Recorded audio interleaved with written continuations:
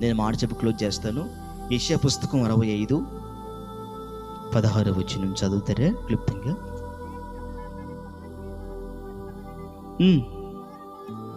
నమ్మదగినవాడు,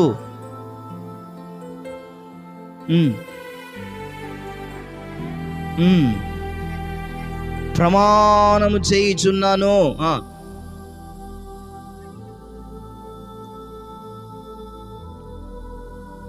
పూర్వము కలిగిన బాధలు నా దృష్టికి మరువబడును, అది నా దృష్టిలో కూడా మరుగై కనబడదు. స్తోత్రం చెప్పు.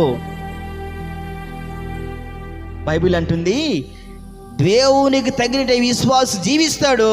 దేవుడు తనకు ప్రమాణం చేయించిన మాట, నేనే వారిని ఆశీర్వదిస్తా. ఎవరు తెలిసి మాట పలికేది? నమ్మదగిన దేవుడు మనతో మాట్లాడుతున్నాడు. కిషన్ చెప్పిన మనిషి మాట ఇస్తే తప్పిపోతాడు, కానీ నా యేసు మాట చిరకాలం నెరవేర్చబడుతూనే ఉంది. నా సాక్ష్యం అక్కడ చెబుతా.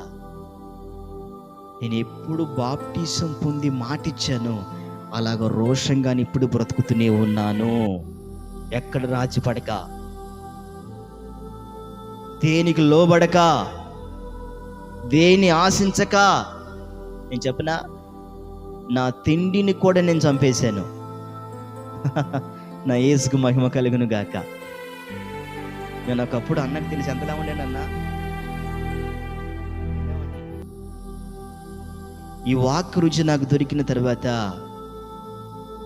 వాక్కు శక్తి నాకు తెలిసిన తర్వాత, నా భోజనాన్ని కూడా తగ్గించి నా యేసు మాటను సంపూర్ణంగా తీసుకున్నాను నేను. ఆమేన్.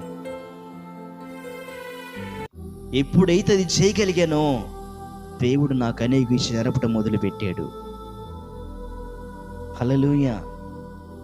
నేను తినొద్దంటలా, అది నా తీర్మానం. నేను ప్రభు దగ్గరలా చేసుకున్నాను. ఆమేన్. అంటే నమ్మదగిన దేవుడితో మనం సంపూర్ణంగా పెనవేయబడాలంటే కొన్ని విషయాలు మనం ఏం చేయాలి తెలుసా? తగ్గాలి. మనం ఏం చేయాలి? దేవుని దగ్గర తగ్గాలి. తగ్గితే మనల్ని దేవుడు హెచ్చిస్తాడు. స్తోత్రం చెప్పండి. మన జీవితం ముందుకు వెళ్తుంది. మనం ప్రభు ఆశించిన స్థితికి, స్థాయికి ఎదిగిపోతాం. దేవునికి మహిమ కలుగును గాక. ఒక్కటి చెబుతాను, ఎన్ని చోట్ల చెప్పాను ఈ మాట. దావీదు రాజు పలికిన ఒక్క మాట నా గుండెని ఇప్పుడు కోత కోస్తుంది. నేను చదివిన ప్రతిసారి రోధిస్తానన్నమాట. ఏం పలుకుతాడన్నమాట. ఇప్పుడు అంత పలికేది పై పోతలండి. అంతరంగ లోతులోని క్షమాపణ దేవుడి దగ్గరికి దొరకట్లా. అందుకే మనిషి మారట్లా భూమి మీద. అందుకే మనిషికి మార్పు లేదు. ఈ రాత్రి కూడా మీకు చెబుతున్నాను, ఒక్క మాటే దావీదు జీవితాన్ని దేవునికి తగినట్లు చేయగలిగింది. దేవుని బిడ్డ, రాత్రి కలుగొని మాట, నీ జీవితం కూడా రాత్రి మారిపోద్ది.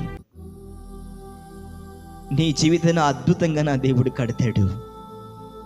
ఆయన ప్రమాణం చేసిన మాట నీ సొంతమైపోతుంది.